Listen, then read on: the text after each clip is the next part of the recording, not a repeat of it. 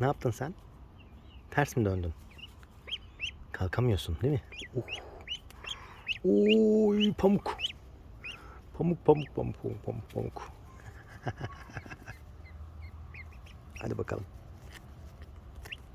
Tamam, sakin ol.